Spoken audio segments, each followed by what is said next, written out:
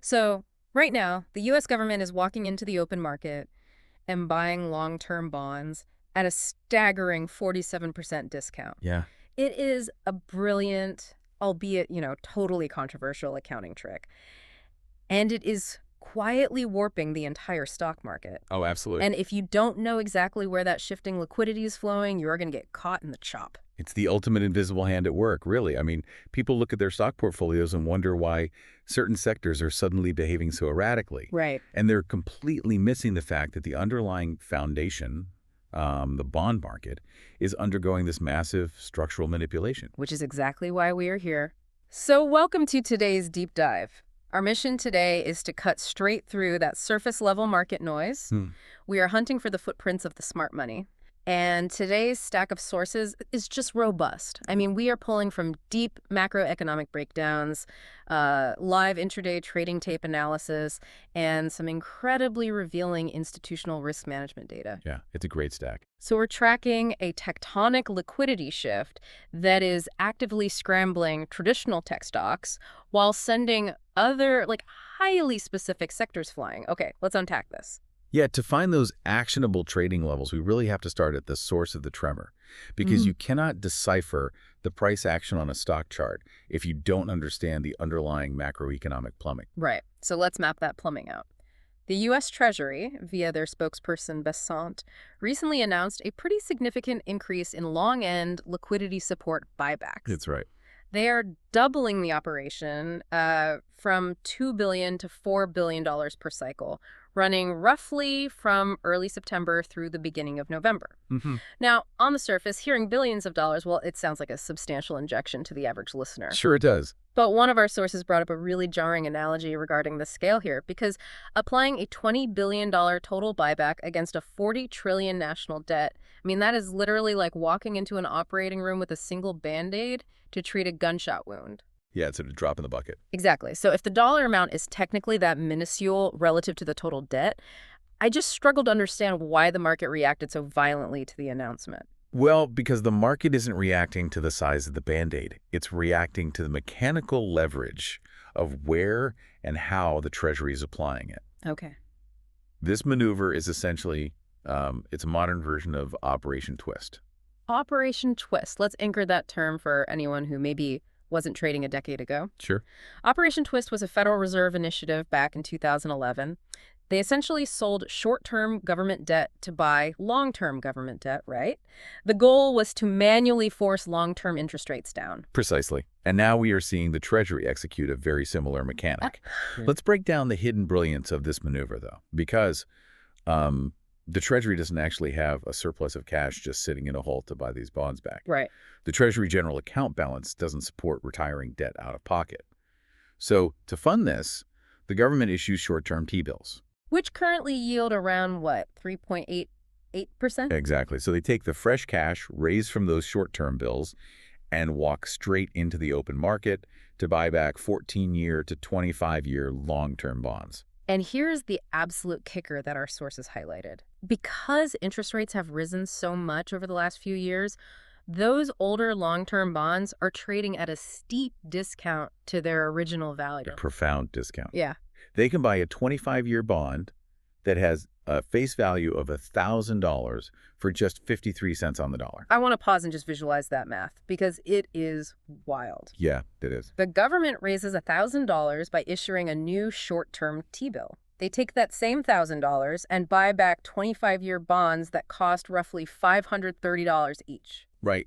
That means a single $1,000 T-bill issuance allows them to retire over $1,800 in long-term debt face value. That is the exact mechanism. Mechanically, the total debt outstanding actually decreases on paper. Furthermore, because they are retiring old debt that carries a much heavier long-term interest burden, they save a fortune on annual interest expense.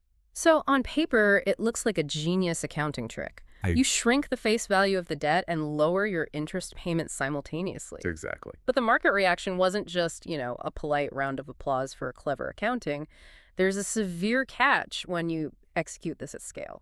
Yeah, the catch is the artificial distortion of yields. Okay. See, when the government walks into the market as a guaranteed buyer of 25-year bonds, they drive the price of those specific bonds up. Right, supply and demand. Exactly.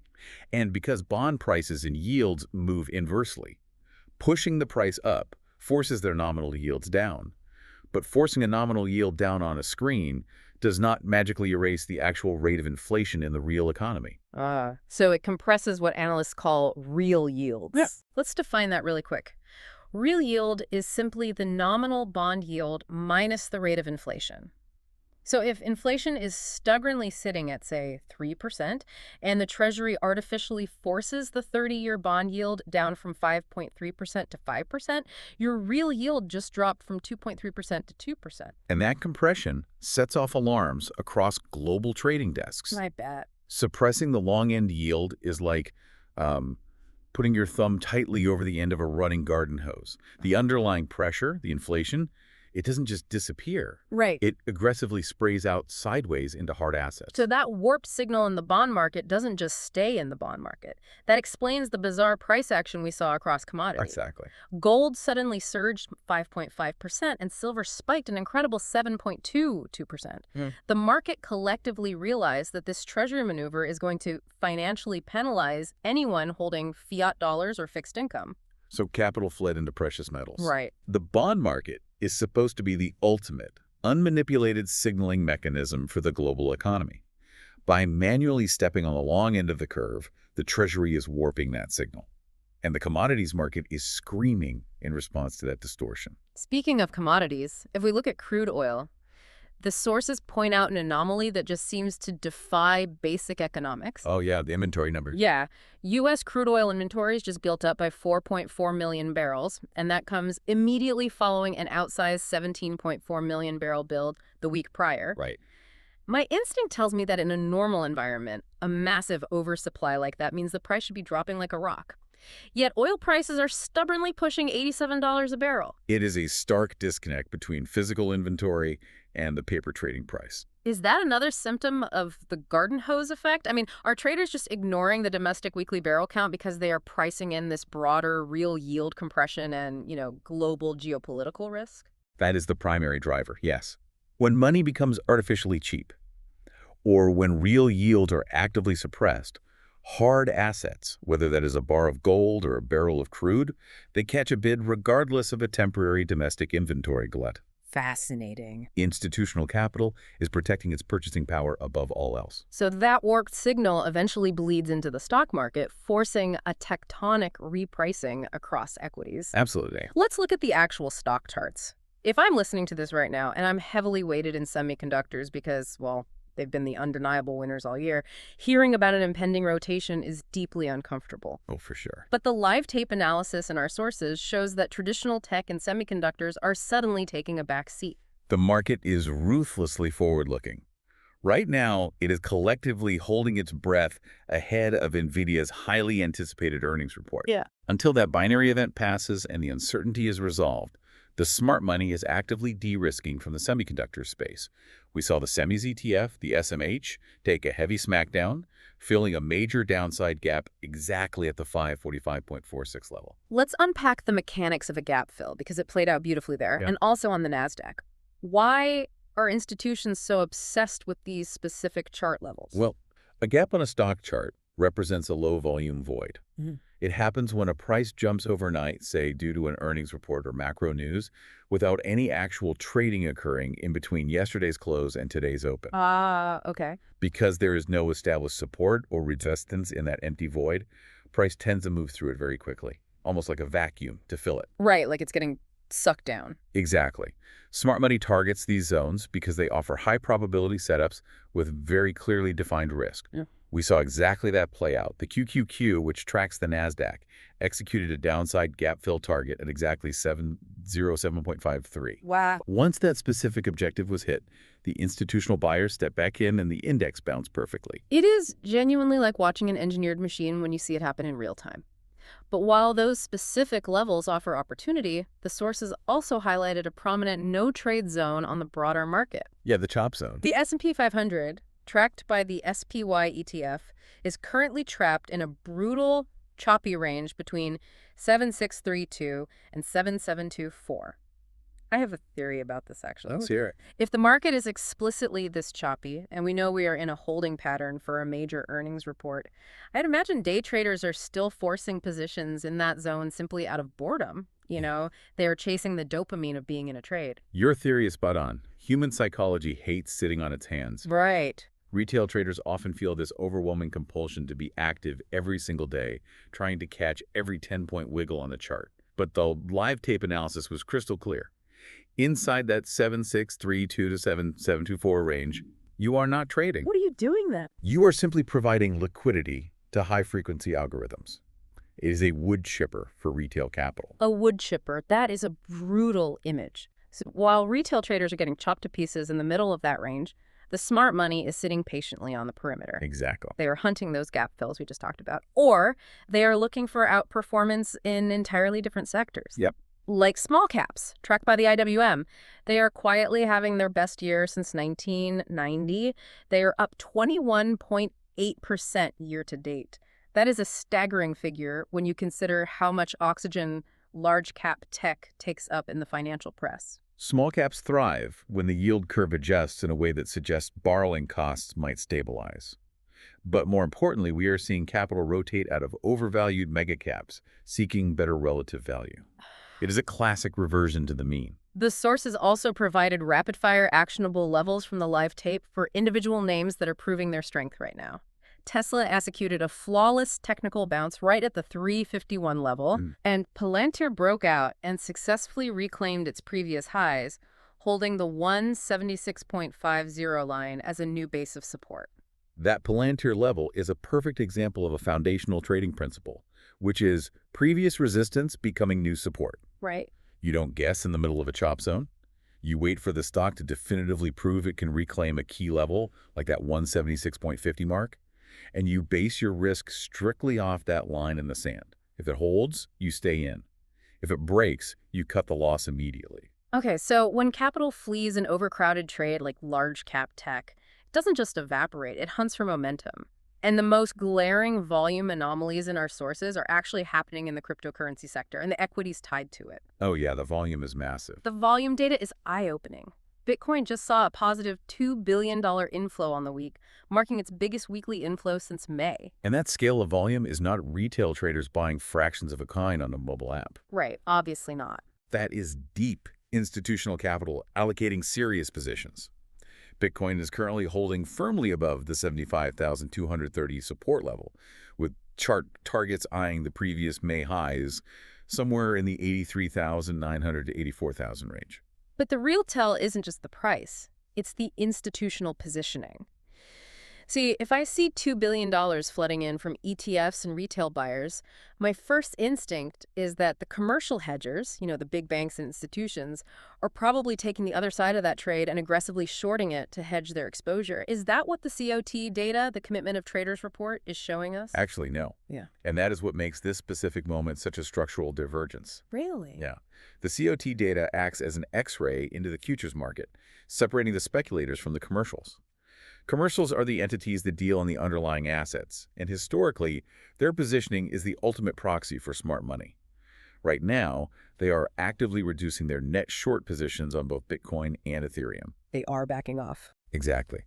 When the smart money starts aggressively unwinding their bets against an asset, while we simultaneously see $2 billion in positive inflows, it strongly suggests the institutions anticipate a significant move higher. They are getting out of the way of the freight train. Wow.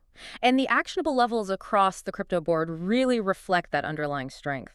Ethereum is holding like a rock above the 2K mark. Solana is breaking above the key 80 level. But this brings up a practical dilemma for the traditional stock trader. How so? Well, if you don't use a crypto wallet, or perhaps your fund's mandate explicitly prevents you from trading spot tokens, how are equity traders capturing this momentum? They pivot to the equity proxies. Right. These are publicly traded companies whose balance sheets or primary revenues are deeply tethered to crypto volumes. And the technical levels on these specific proxies are setting up beautifully for traditional traders. Our sources highlighted three specifically. First is Robinhood, ticker HOOD. It is showing outsized relative strength compared to the broader market. It's actively reclaiming its VWAP. the volume-weighted average price, and defending a critical higher-low zone between 106 and 108. Right. I want to drill down on VWAP because the sources emphasize it heavily. Why is that specific metric the holy grail for institutional execution? Institutions use VWAP as their primary benchmark for execution grading. Okay. If an algorithm is programmed to accumulate 5 million shares of Robinhood without violently spiking the market price, it hides its orders right at that VWAP line, blending in with the average trading volume throughout the day. That makes total sense. So when we see a stock hold its VWAP while the rest of the broader market is selling off in a panic, we aren't just looking at a squiggly line on a chart. We are watching the literal footprints of whales quietly accumulating a position. It's like seeing them loading the boat in real time. I know. Okay. Next on the list of proxies was Coinbase, ticker COIN. It successfully held the 177 to 181 zone, which represents its previous daily highs. Again, the principle of old resistance becoming new support. Yes. And finally, MicroStrategy, holding incredibly strong above 115.80. The underlying appeal of these three equities is that they offer mathematically engineered, leveraged exposure to the crypto thesis. In finance, we call this beta. Okay. If Bitcoin pushes toward that 84,000 target, these specific equities are structurally designed to capture and even amplify that percentage move. And it all happens without the trader ever having to leave a highly regulated traditional brokerage account. It's the perfect workaround. But look, you can know every institutional footprint, every gap fill, and every technical level we just discussed. But if you don't know how to act when one of those levels inevitably breaks, you are going to get wiped out anyway. 100%. Knowing the level is only half the battle. Which brings us to the final and arguably most crucial piece of our deep dive today. The defining difference between retail traders and the smart money is strictly how they manage their portfolios when a trade goes wrong. This is where the rubber meets the road. The sources detailed institutional risk management frameworks, specifically strategies referred to internally as KISS and Dr. Mo. Catchy names. They are. But these are not just industry nicknames. They represent an entirely different philosophy of interacting with the market. These frameworks utilize strict volatility targeting and dynamic position sizing. The core philosophy behind these frameworks is what really fascinated me. They never, ever try to pick exact tops and bottoms. No, never. One of our sources used a brilliant analogy. Retail traders constantly trying to pick the exact top of a market is like an amateur stepping onto a basketball court and blindly heaving half-court shots. You are just airballing over and over again, draining your energy in your account. Even legends like Warren Buffett or Ken Griffin at Citadel, they don't play that game. They refuse to shoot half-court shots. They refuse because the math explicitly forbids it. Trying to pick a top is an arrogant, foolhardy practice. Institutional capital is designed to capture the bulk of an uptrend, the meat of the move, and then safely step aside. Right. They are optimizing their entire strategy to avoid what statisticians call type 2 errors. In trading, a type 2 error isn't just a bad trade, it is a catastrophic, lifestyle-altering loss. We are talking about the asymmetric math of drawdowns. And I think a lot of people intuitively know that losing money is bad, obviously, but seeing the objective math on paper is honestly terrifying. Oh, it really is. Let's walk through it. Say you suffer a 20% drawdown in your portfolio. You don't just need a 20% gain to get back to zero. You don't, because you are now attempting to compound from a significantly smaller base of capital. So a 20% loss requires a 25% gain just to break even. And the math curves aggressively against you. A 30% drawdown requires a 43% gain. Yeah. And if you stubbornly hold through a brutal bear market and suffer a 50% drawdown, you have to achieve a 100% gain. You have to literally double your remaining money just to get back to the exact dollar amount you started with. Which brings up a profound realization about how wealth is actually created and preserved. Yeah.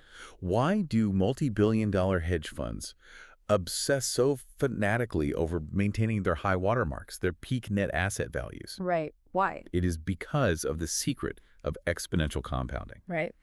Let's use simple round numbers. If you manage a $10 million portfolio, a simple 1% market gain yields $100,000 in new wealth. A great day at the office. Exactly.